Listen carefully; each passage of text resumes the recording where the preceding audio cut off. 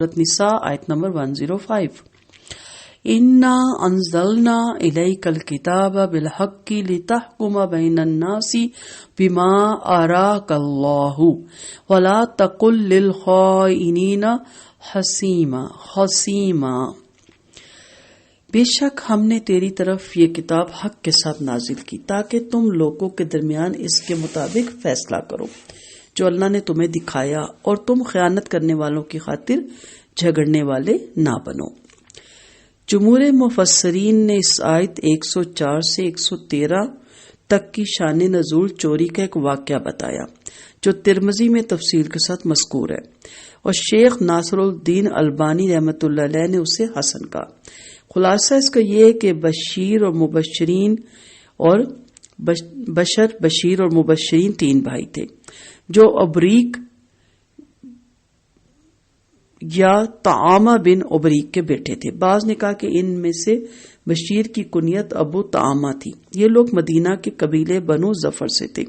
ان میں بشیر سب سے بدتر تھا۔ یہ شخص منافق تھا اور مسلمانوں کی ہجو کر کے وہ شعر دوسروں کے نام لگا دیتا تھا۔ یہ غریب فاقہ زدہ لوگ تھے اور رفاع بن زید کے ہمسائے تھے۔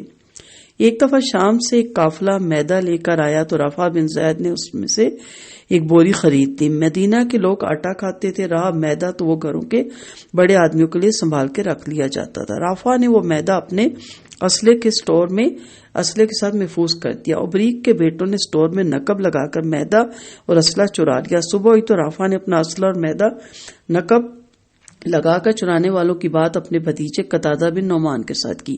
اب اس نے تفسیر شروع کی تو معلوم ہوا کہ اس رات ابریق کے بیٹوں نے آگ جلائی تھی اور شاید انہوں نے رفاع کے میدے ہی سے کھانا تیار کیا تھا۔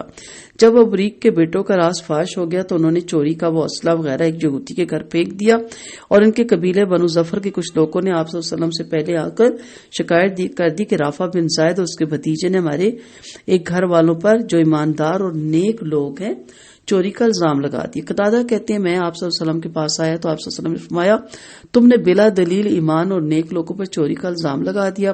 ان لوگوں نے مشہور کر دیا کہ مسروق کا سامان یہودی کے گھر سے نکلا ہے، تو اس پر یہ آیت اتری۔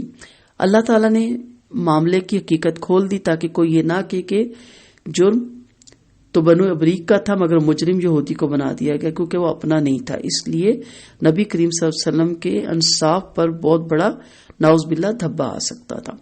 وَلَا تَقُلْ لِلْخَائِنِينَ خَصِيمًا، اس سے مراد ابریق کے بیٹے ہیں کہ آپ ان کی حمایت نہ کریں۔ اس سے معلوم ہوا کہ آپ عالم الغیب نہیں تھے۔ آپ نے فوراً ان کی بات پہ بلیو کر لیا اور آپ نے ان سے کہا تم بلا دلیل ایماندار لوگوں پہ چوری کا الزام لگاتے ہو۔ تو یہاں پھر آپ کو بتایا گیا آپ کو اگر غیب کا علم ہوتا تو آپ فوراً کہہ دیتے کہ ہاں بھائی تم کیسے تو چوری کا الزام لگاتے ہو، میں تو جانتا ہوں کہ وہ چور نہیں ہے، لیکن آپ کو اللہ نے یہ بتایا، ورنہ اللہ تعالیٰ کو یہ فرمانے کی ضرورت نہیں تھی کہ آپ ان خیانت کرنے والوں کی طرف سے جھگڑا نہ کریں۔